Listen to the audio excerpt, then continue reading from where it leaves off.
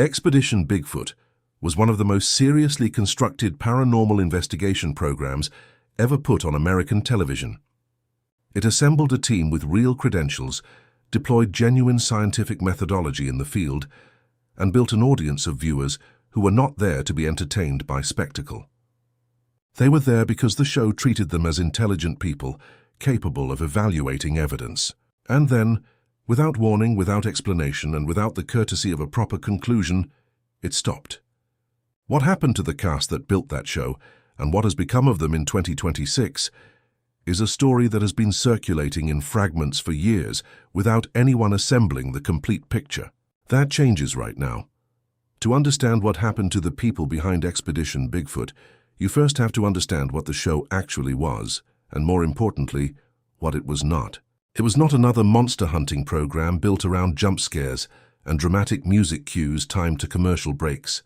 From the moment it premiered on the Travel Channel, it positioned itself as something different, something the cryptid investigation genre had spent years trying and failing to produce. A genuine field investigation conducted by people who actually knew what they were doing, documented with a level of methodological care that the genre had never consistently managed before.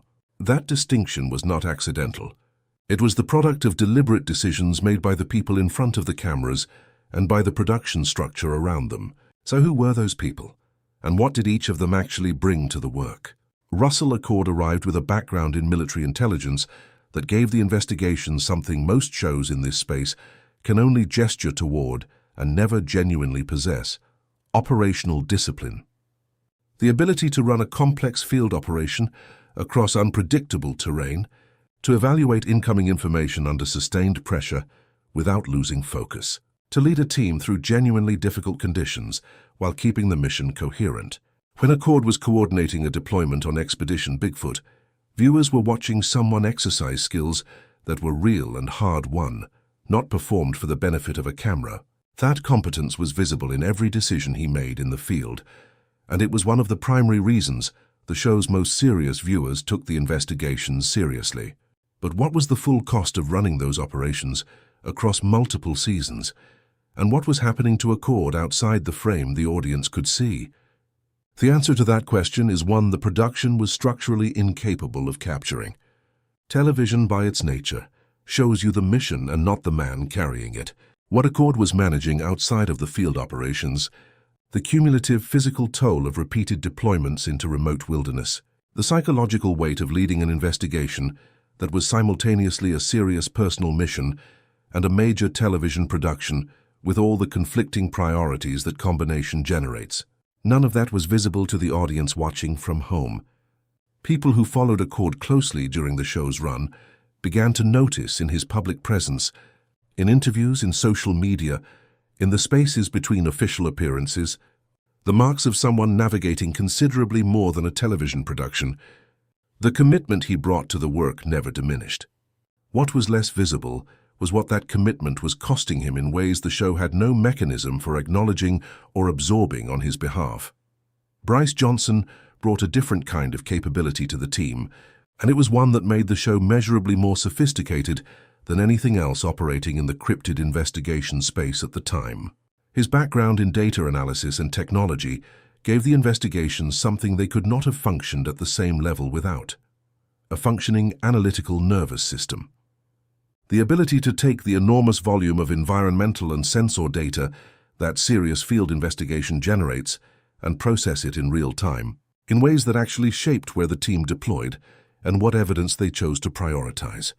When Johnson was running the data operation, the investigation could respond to incoming information rather than simply accumulating it and hoping something useful eventually emerged. The episodes that captured that process at its most effective are still referenced by serious researchers as among the most credible field investigations ever produced for a television audience. But what was building behind those data screens that the show's timeline was never designed to accommodate? The pace of Expedition Bigfoot was relentless in ways that people who have never been inside a major field production rarely appreciate from the outside. Multiple deployments per season, each in genuinely remote and physically demanding terrain, each generating volumes of raw data that required sustained analytical focus to process meaningfully, while the production clock moved forward regardless of what the evidence actually required. For Johnson, whose specific role demanded a level of precision and concentration that most people cannot sustain under ordinary conditions, that pace accumulated into something with consequences that extended well beyond any individual season.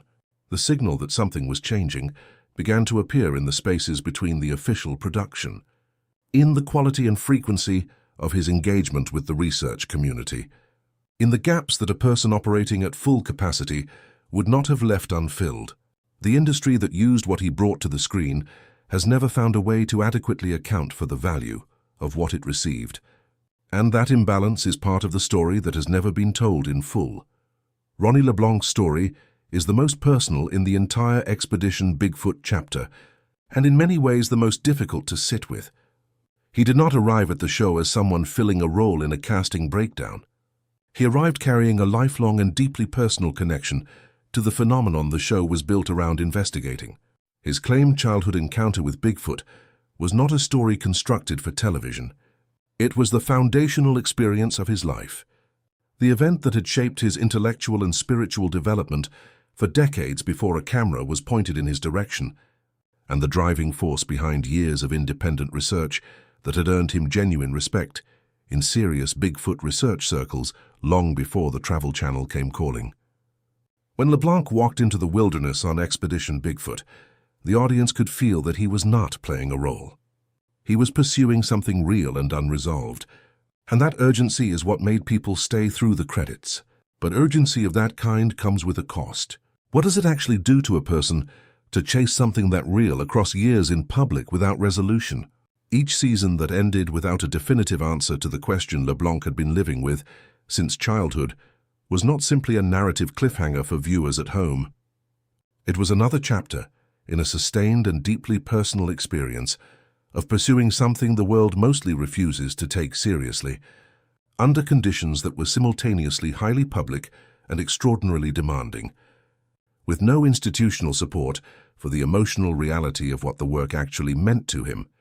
Fans who engaged with LeBlanc both on the show and in the wider research community began to notice the weight of that accumulation in the years following the show's peak. The energy that had made him one of the most compelling figures in the cryptid research space shifted in ways that were hard to describe precisely but impossible to miss for anyone who had been paying close attention. The show that benefited most from his presence is also the show that left him least equipped for what came after it ended. That is not a minor detail. It is the center of his story. Dr. Maria Mayer was the element that made Expedition Bigfoot structurally impossible to dismiss for anyone approaching it with genuine intellectual honesty. Her academic background in primatology, her documented field experience locating and identifying species previously unknown to science in some of the most remote and demanding environments on the planet, and her established reputation as a researcher who had actually done in the field what most of her peers had only theorized about in journals. All of it combined to give the show a layer of credibility that no other program operating in the cryptid space had ever been able to legitimately claim. When Meyer assessed a piece of evidence on camera, the audience was not hearing the enthusiasm of a true believer. They were hearing the calibrated judgment of a scientist with a documented track record of being right about things that credentialed people with shorter resumes had dismissed. That distinction mattered enormously, and the audience understood it even when they could not have articulated it in those terms. But what exactly was Mayer managing outside of the investigation that the cameras were never designed to capture? The demands placed on a person of her professional standing by a high-profile paranormal television production are not simple or uncomplicated in any dimension. There is the physical cost, the same punishing remote terrain and relentless production schedules that affected every member of the team.